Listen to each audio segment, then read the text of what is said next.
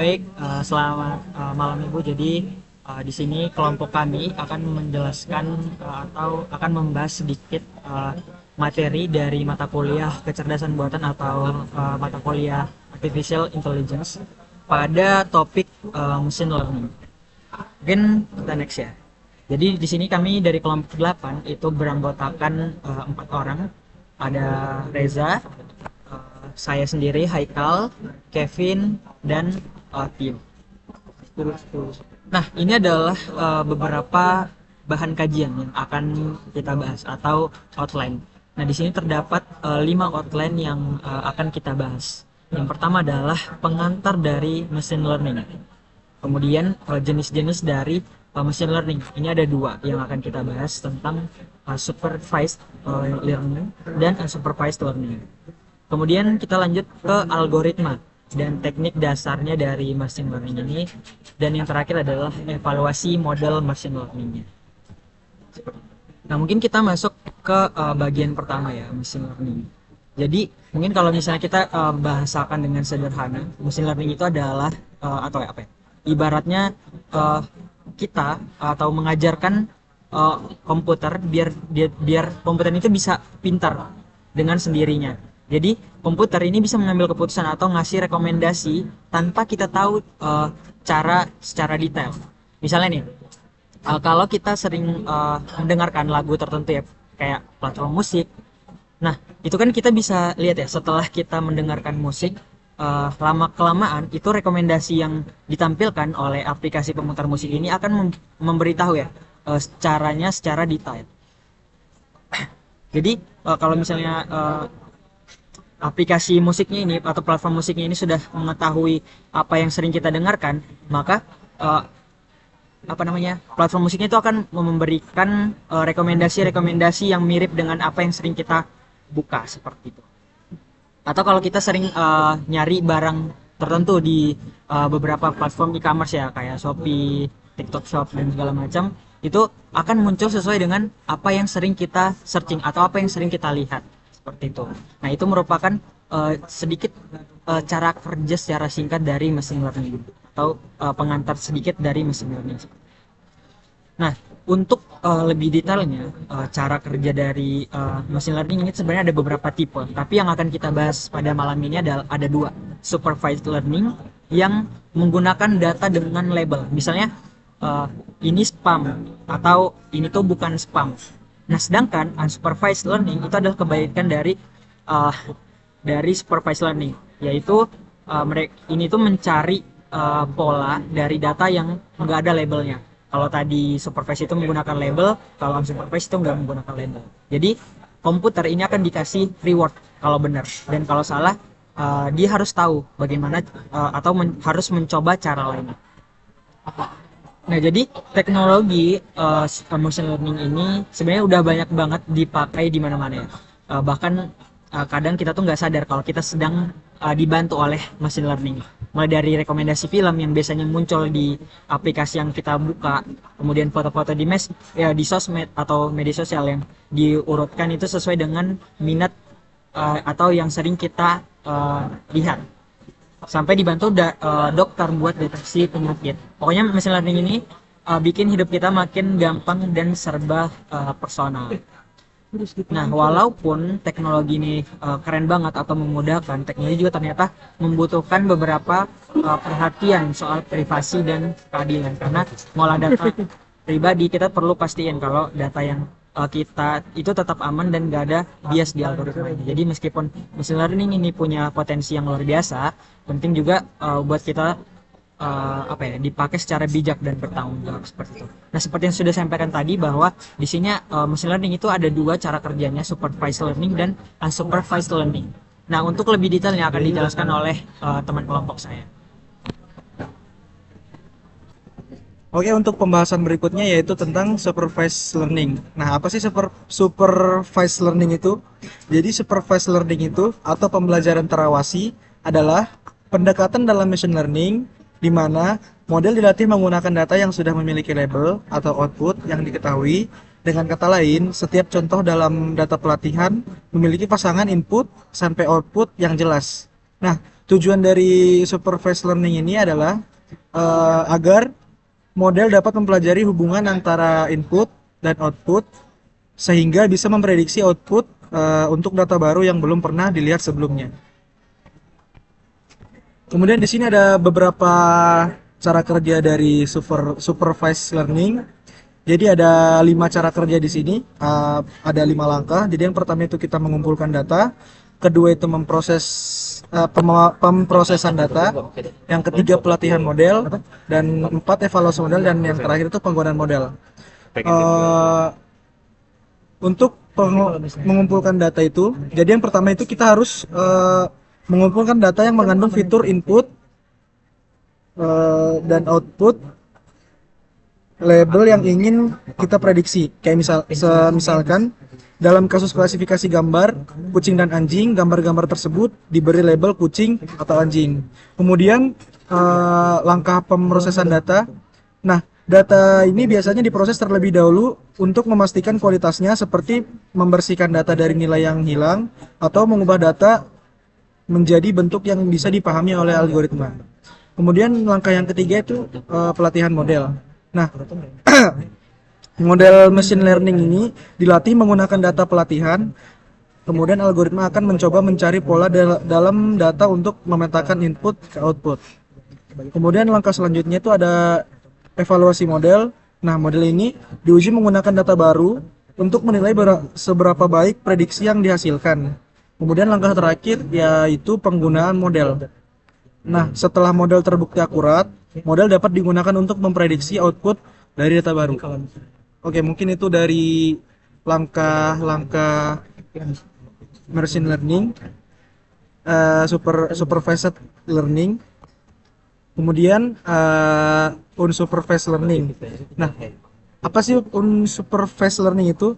Nah, unsupervised learning atau pembelajaran tak terawasi itu adalah metode dalam machine learning di mana model dilatih menggunakan data yang tidak memiliki label atau output yang jelas. Nah, dalam unsupervised learning ini, model mencoba menemukan pola atau struktur yang tersembunyi dalam data tanpa panduan dari label atau target tertentu. Nah, pendekatan ini sangat berguna ketika kita memilih data yang besar dan kompleks, tetapi tidak memiliki informasi output yang sesuai dengan setiap data. Nah, kemudian di sini saya bakal menjelaskan singkat tentang cara kerja dari unsupervised learning. Jadi dalam unsupervised learning itu, model berupaya mempelajari karakteristik data dan menemukan kelompok atau pola yang mungkin tersembunyi. Nah, tanpa adanya label, model tidak memiliki jawaban untuk dibandingkan, sehingga lebih bergantung pada pola dan struktur dalam data. Misalnya, model dapat menemukan kesamaan antar data dan mengelompokkan data yang mirip satu sama lain. Oke, selanjutnya di sini kita masuk ke materi algoritma dan juga teknik dasar. Jadi di dalam machine learning itu berbagai algoritma dan juga teknik dasar itu digunakan sebagai membangun model yang mampu belajar dari data. Jadi setiap algoritma itu memiliki pendekatan dan keunggulannya masing-masing, tergantung pada tipe masalah yang ingin diselesaikan. Contohnya seperti klasifikasi, regresi, atau clustering. Nah, berikut ini merupakan beberapa algoritma dan teknik dasar yang umum biasa digunakan. Yang pertama yaitu ada regresi linier. Regresi linier ini adalah algoritma sederhana yang digunakan untuk memodelkan hubungan antar variabel independen atau biasa kita sebut fitur dan juga variabel independen atau kita sebut target dalam bentuk garis lurus. Dan juga algoritma ini sering digunakan dalam masalah prediksi numerik seperti memprediksi harga atau suhu. Jadi tujuan dari regresi linear ini merupakan sebagai untuk menemukan garis yang paling sesuai dengan data yang biasanya dilakukan dan melimitkan kesalahan kuadrat antara nilai sebenarnya dan juga nilai prediksi. Lalu yang kedua ada regresi logistik. Regresi logistik sendiri itu merupakan algoritma yang digunakan untuk klasifikasi terutama pada masalah biner, dua kelas. Meskipun namanya ini mengandung regresi, algoritma ini memprediksi probabilitas suatu kelas dengan mengubah output menjadi nilai antara 0 dan 1 menggunakan fungsi sigmoid. Contohnya itu penerapan adalah dalam deteksi email spam atau non-spam. Lalu lanjut ada yang ketiga atau KNN atau yang biasa kita sebut K-nearest neighbors. KNN adalah algoritma yang bekerja berdasarkan kesamaan antar titik data. Maksudnya apa? Jadi untuk membuat prediksi, algoritma ini mencari data tetangga terdekat dari data yang belum diketahui. Kemudian itu menentukan kelas atau nilai berdasarkan tetangga terdekat. Jadi KNN ini sederhananya, namun sangat efektif untuk klasifikasi dan regresi. Meskipun kinerjanya ini dapat menurun pada data dengan dimensi tinggi. Lalu yang keempat tuh ada decision tree atau pohon keputusan. Decision tree ini merupakan struktur berbentuk pohon yang berbentuk pohon yang digunakan untuk pengambilan keputusan. Jadi setiap cabang dalam pohon itu mewakili pilihan berdasarkan fitur tertentu, dan setiap daun adalah keputusan atau prediksi akhir. Algoritma ini mudah dipahami dan diinterpretasikan serta dapat digunakan dalam klasifikasi dan regresi. Jadi variasi algoritma ini seperti random forest, menggabungkan beberapa keputusan untuk meningkatkan akurasi prediksi. Lalu ada yang kelima yaitu support vector machine atau SVM. SVM sendiri itu merupakan algoritma klasifikasi yang mencoba memisahkan data ke dalam dua kelas menggunakan garis atau bidang pemisah yang memaksimalkan margin antar kelas. Jadi algoritma ini sangat efektif dalam menangani data dengan margin yang jelas dan banyak digunakan dalam pengenalan wajah, teks, dan gambar. Yang keenam itu ada naive Bayes. Di sini naive Bayes itu merupakan algoritma klasifikasi yang didasarkan pada teorema Bayes dengan asumsi bahwa fitur-fitur dalam data itu bersifat independen. Jadi meskipun asumsi independensi ini seringkali tidak sepenuhnya benar, algoritma ini bekerja sangat baik dalam praktik dan digunakan secara luas dalam klasifikasi teks seperti analisa sentimen dan juga deteksi spam. Lalu yang ketujuh ada clustering atau pengelompokan. Clustering sendiri itu teknik dalam unsupervised learning untuk mengelompokkan data berdasarkan kesamaan. Contohnya yaitu ada K-means dan juga hierarchical clustering. K-means sendiri itu mengelompokkan data ke dalam beberapa kelompok berdasarkan jarak antar titik data. Sedangkan hierarchical clustering itu mengelompokkan data dalam bentuk hierarki atau pohon. Jadi teknik clustering ini banyak digunakan dalam segmentasi pelanggan dan analisis pola data. Nah, masuk ke 8 yaitu ada PCA atau Principal Component Analysis. PCA ini merupakan teknik reduksi dimensi yang digunakan untuk menyederhanakan data dengan mengurangi jumlah fitur tanpa banyak kehilangan informasi. Jadi teknik ini tuh sangat berguna untuk visualisasi data dan meningkatkan kinerja algoritma pada dataset dengan banyak variabel. Lalu ke-9 kita masuk ke neural networks atau jaringan saraf tiruan. Apa sih itu? Nah, jadi neural network itu adalah model yang terinspirasi oleh cara kerja otak manusia. Jadi model ini itu sangat fleksibel dan dapat menangani berbagai masalah, mulai dari klasifikasi gambar hingga pemrosesan bahasa alami. Jadi deep learning atau yang merupakan bagian dari neural network dengan banyak lapisan itu telah mendorong perkembangan pesat dalam pengenalan gambar dan suara. Baik, selanjutnya kita akan masuk ke evaluasi model machine learning. Jadi apa itu evaluasi model machine learning? Jadi evaluasi ini adalah proses untuk mengukur dan menilai seberapa baik sebuah model itu dalam bekerja untuk memprediksi pada data yang baru atau data yang sebelumnya. Jadi tujuan dari evaluasi ini adalah untuk memastikan bahwa model yang kita buat ini itu bisa diandalkan atau valid dan sesuai untuk digunakan dalam aplikasi. Berikutnya ini ada metrik-metrik utama dalam evaluasi model machine learning. Jadi yang pertama itu ada akurasi. Jadi akurasi ini adalah matriks yang menghitung seberapa banyak prediksi itu benar dari yang dibuat oleh model. Jadi akurasi ini cocok digunakan untuk data itu seimbang, artinya misalkan kayak jumlah sampel dalam setiap kategori itu sama. Jadi misalnya kita ingin mengukur apakah sebuah model dapat membedakan antara gambar kucing dan gambar anjing. Jadi akurasi ini akan memberitahu kita seberapa banyak prediksi kucing dan anjing ini benar. Untuk matriks yang kedua itu ada precision dan recall. Jadi untuk precision ini berfokus pada ketepatan prediksi untuk kelas positif. Jadi misalnya dalam kasus ini kita menganalisa penyakit, kasus diagnosa penyakit. Eh, jadi kita ini tidak ingin misalkan ada orang yang didiagnosa sakit,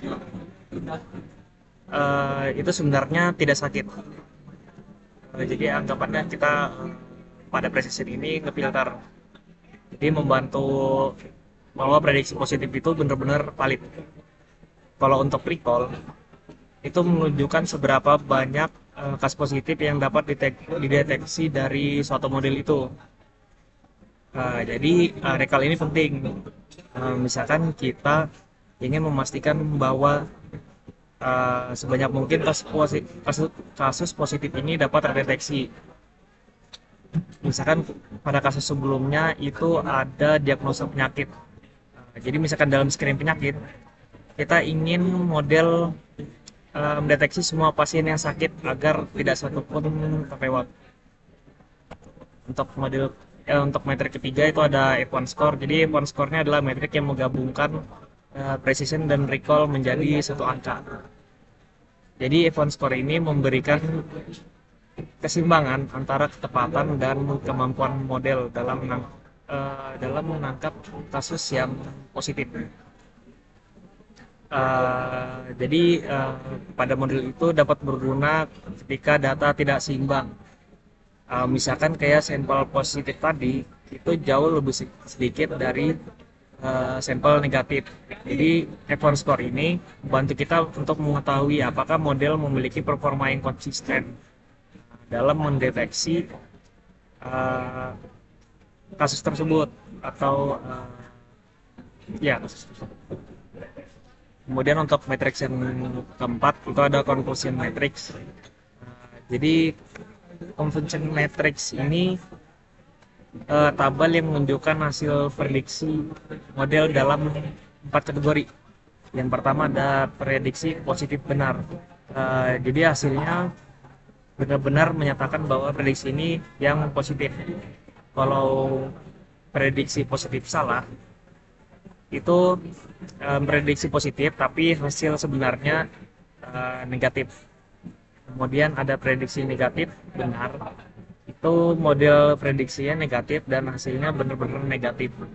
Kalau prediksi negatif salah, itu model prediksi negatif tapi hasilnya sebenarnya positif salah. Jadi dengan confusion matrix ini kita dapat memahami dengan lebih jelas kesalahan-kesalahan model dan seberapa baik model bekerja dalam setiap kategori tersebut. Kemudian selanjutnya ada mean square error dan mean absolute error atau MSI dan MEI. Jadi kalau untuk MSI, MSI itu menghitung rata-rata kesalahan besar karena menghitung kesalahan kuadran. Karena mengkuadratkan, jadi MSI ini lebih sensitif terhadap kesalahan yang besar. Misal jika model itu memprediksi harga rumah dan membuat kesalahan besar pada beberapa harga, MSI ini jadi akan memberi bobot yang lebih pada kesalahan-kesalahan tersebut. Kemudian ada MAI atau MAE. Jadi MAE ini ngitung rata-rata semua kesalahan tanpa mengkuadratkan, sehingga MAE ini lebih mudah diinterpretasikan karena menimbulkan rata-rata kesalahan tanpa efek dari kuadrat dan tidak terpengaruh oleh kesalahan besar. Selanjutnya metrik yang keenam ada R-square. Jadi R-square ini metrik digunakan untuk menunjukkan seberapa baik model dalam menjelaskan variasi. Jadi R-square ini bernilai antara 0 sampai 1. Dan semakin mendekati 1, berarti model ini dapat menjelaskan variasi data dengan baik. Misalkan jika R-square itu nilainya 0,9, berarti nilai tersebut 90% variasi dalam data bisa dijelaskan oleh model. Kemudian ada AUC dan ROC.